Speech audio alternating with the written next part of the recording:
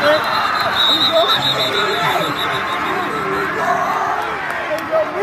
that's how you do that, boy. That's how you do that. That's how you do that. Let's go, Chad.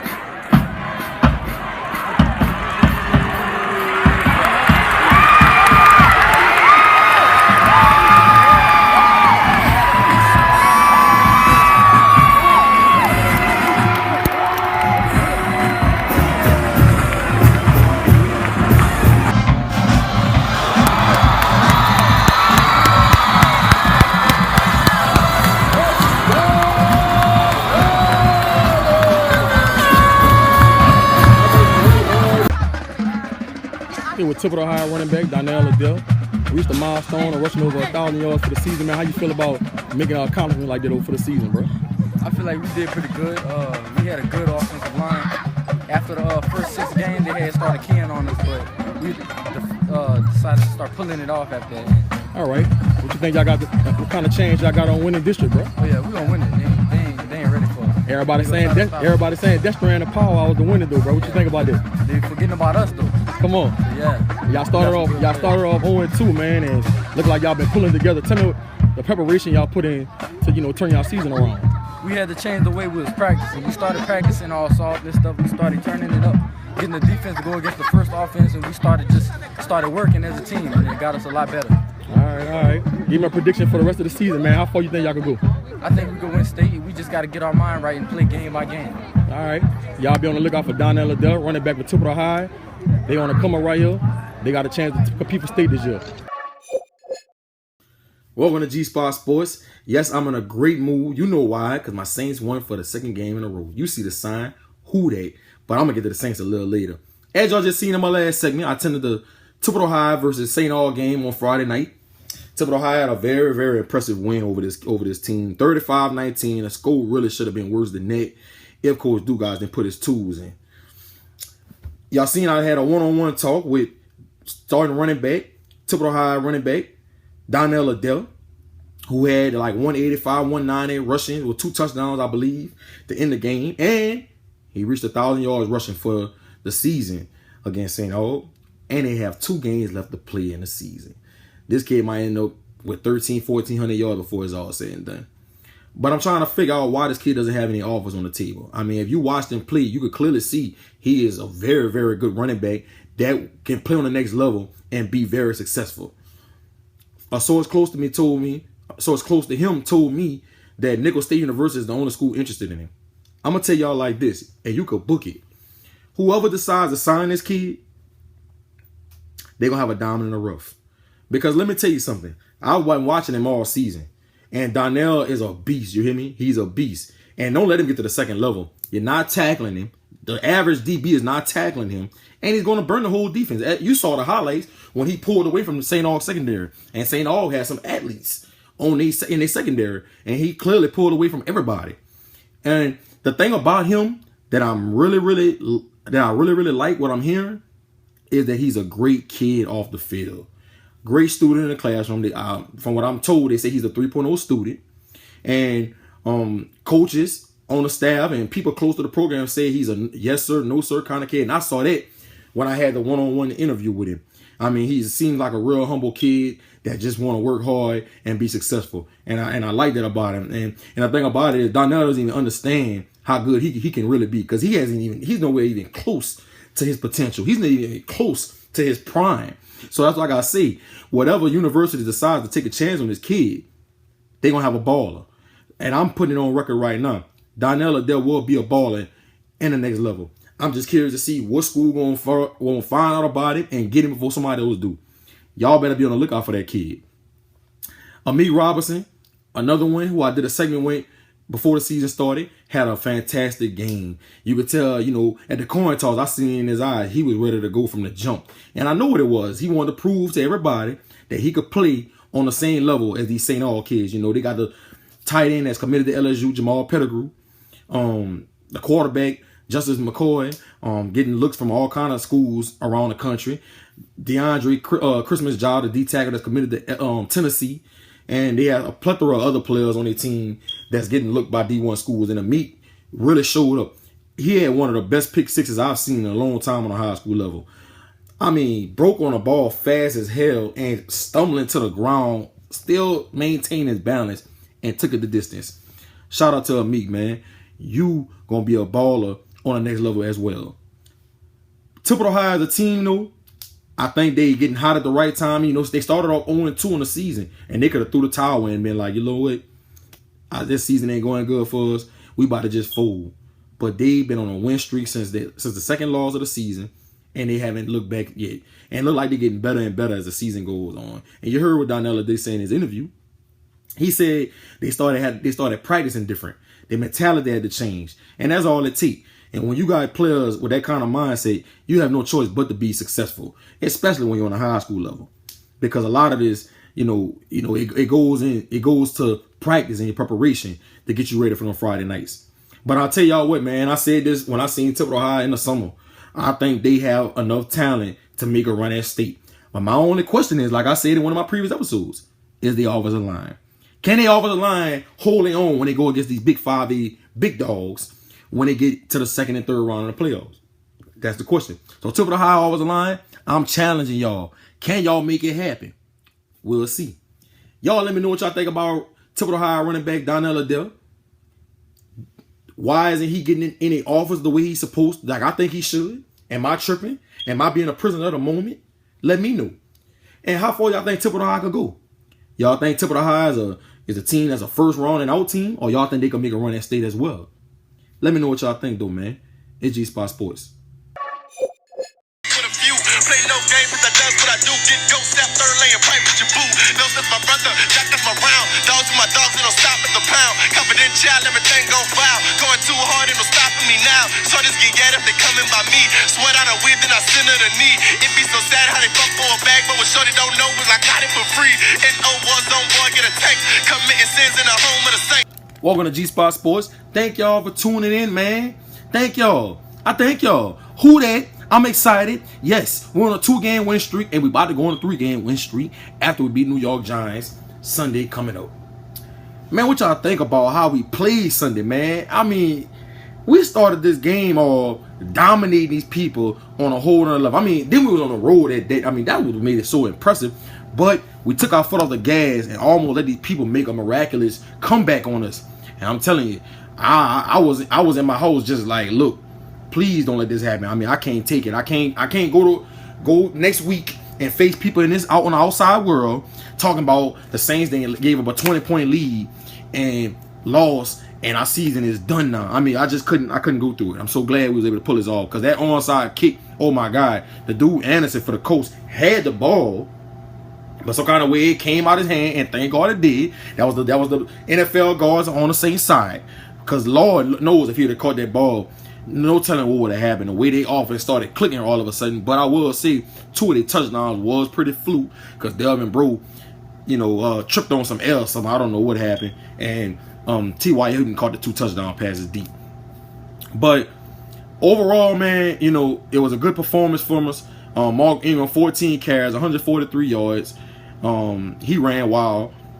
Drew had I think Drew had a B- day. I mean, he was 28 for 44. That's okay to his standards. 1 touchdown, and he had the 1 interception he threw in the back of the end zone to Colston. Colston is like he didn't even see what a damn ball was. I mean, he didn't even know the ball was thrown to him.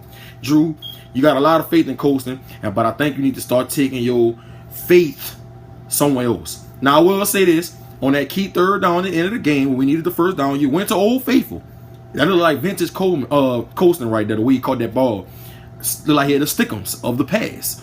But I think that was his only catch of the game, too. But he came through when we needed him, and I appreciate that out of Colston. But like I say, I still stick to what I've been saying. You need to be demoted. You need to be 4th on the depth chart and let Brandon Coleman, Brandon Cooks, and Willis Snead get majority of these targets. And you need to just try to, be kind of a big brother to them and coach them through the rest of this season because your time is up. And like I always say, Father Time is undefeated. On the defensive side of the ball, Stephon Anthony. I mean, Stephon Anthony is one of those players that is going to bring it consistently every Sunday. He led the team in tackles. For I think this is the 3rd game in a row. Donell Adell led in tackles last week, but this is probably the 3rd or 4th game this season he's led the team in tackles. Yeah, he had a key interception in that first half that started turning the table for us. And the reason why we got up on a coach like we did. I mean, the way he reads his keys and his play recognition. If I had to rate his play recognition, it'd probably be like a 95. I mean, the way he, stand at his linebacker position and sniff all these plays, and I mean, it's kind of unbelievable that he's a rookie and he's doing the things he's doing. I mean, the sky's the limit for that kid. I'm so glad we picked him because he really should have went higher than what he did. Kenny Vaccaro looked like, had some glimpses of his rookie year this past Sunday. He played fast, he didn't look like he was out there thinking too much. And that goes to Ryan. Ryan said he made things more simpler for Kenny Vaccaro instead of giving him all these responsibilities. And that's what you got to do with a kid like that, because I said when we drafted him, he has a Palomalu kind of game. He's a player you let him loose. You don't have him thinking too much, because when you start making him think too much, that's when he start having all kind of mistakes and he doesn't play to his capabilities. Somebody I need to kind of talk about that, Jared Bird. I mean, Jared Bird, you're getting paid $54 million. And here's the deal with Jared Bird, okay? We brought you here from the Buffalo Bills. You was a ball hawking player when you was with them. I think you had 22 interceptions in 3 seasons or something like that, and 6-7 forced fumbles, and you had some remarkable stats in Buffalo, But I see no glimpses of this with the Saints. You're like a regular player out there, and if I'm paying you $54 million, I need you to be more than regular. Okay? The pass that T.Y. Hilton caught when Delvin Breaux fell on, you let T.Y. Hilton spin you around in a circle, son. I mean, I was expecting you to make that tackle. I'm paying you $54 million. You need to make that tackle, okay? And I'm not trying to just jump his cage like that, but I mean, I'm watching him the whole game, and he's just not making the impact plays that I thought he was gonna make when we brought him into New Orleans. Okay, maybe he's still getting in football shape. I don't know, but how many weeks we gonna use this as an excuse, But hopefully, Jarrisburg can turn this around and start making some impact plays out there, because we need this from you, and we're gonna pay you that kind of money. That's the kind of target you get on your back when you sign these kind of contracts. We expect a lot from you. So I expect you to make some plays. You getting paid $54 million? I need 54 deflections, interceptions, tackles, all combined in. I need a lot from you. Okay? Cameron Jordan. And look, I am Cameron Jordan's biggest critic. You hear me? Because when we paid him that $60 million over the offseason, I was the first one to say, what the hell are we doing? But I will say this. I mean, I can admit when I'm wrong. I mean, everybody can't do that. I can admit when I'm wrong. I don't have too much pride to admit this. Cameron Jordan has proven me wrong. Cameron Jordan looks like a beast. I mean, I saw a couple plays where he bull rushed, they tackle, and they guard all the way to Andrew Luck. I mean, that kid is cockstrong for real. And his motor, you know, that's one of the things I was questioning about Cameron Jordan is his motor. And he looks like he has a high motor these days. And he's earning his check. That's what I'm looking from Jared Bird. Just earn your money. Just earn your money. You're going to get paid all that money, earn it. Cameron Jordan, you definitely earn it. And you know one thing about Cameron Jordan that I really, really like, and I think people take for granted? He's durable. He's durable. You don't never see Cameron Jordan really coming out the game saying he's tired. You don't really see Cameron Jordan out with injuries. This kid brings it every Sunday. I mean, even though I was questioning him, the kid brings it every Sunday. I mean, I gotta admit. I just hope he can keep it up for the rest of the season. And I think this Sunday coming, when we play the Giants. Giants, another team that has a suspect offensive line. So I think, especially in that dome, I think it's going to be real loud. It's going to be real crazy. And I think we're going to be able to get to Eli and disrupt this timing with Beckham and Ruben Randall and Shane Vereen at the backfield. I think we're going to have a real good defensive game against them on Sunday. Hopefully our offense can match our defense. Because right now, I'm going to be honest with y'all. The defense is the one carrying the Saints right now. I don't know if y'all know, but the defense is the one carrying the Saints right now. Without our defense playing the way it's playing, we might just have one win right now. And I'm just calling it like it is. I just hope Ryan keep being aggressive. Keep dialing up those exotic blitzes, you know, and keep it coming against Eli this Sunday because we're going to need it.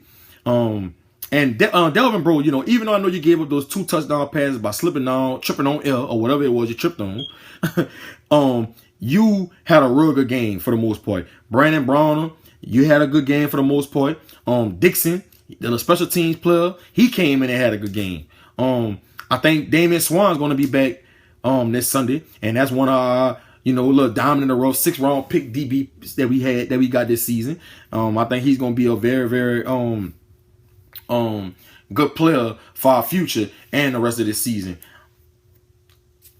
If the Saints win Sunday, bro, that's gonna put us at the 500 mark, 4-4, and you know,